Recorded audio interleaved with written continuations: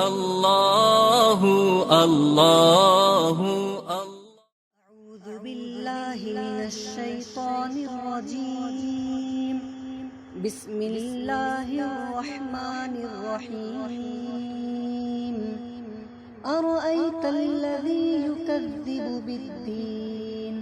فذلک الذی یدع الیتیم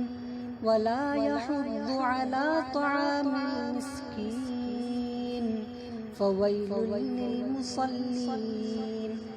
الذين هم عن صلاتهم ساهون الذين هم يراءون ويمنعون الماعون صدق اللہ العظیم۔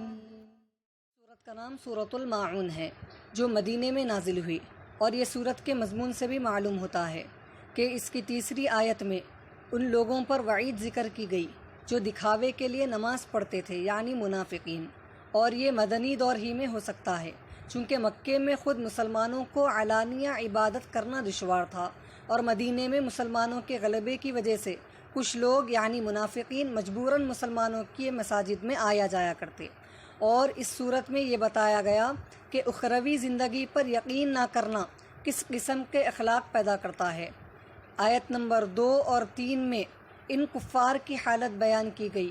جو علانیہ یعنی کھلم کھلا آخرت کو جھٹلاتے،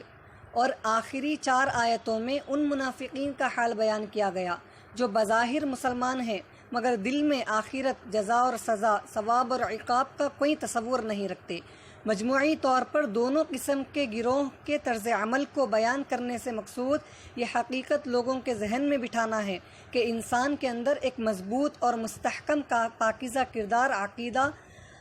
آخرت کے بغیر پیدا نہیں ہو سکتا۔ السلام علیکم۔ اللہ اللہ اللہ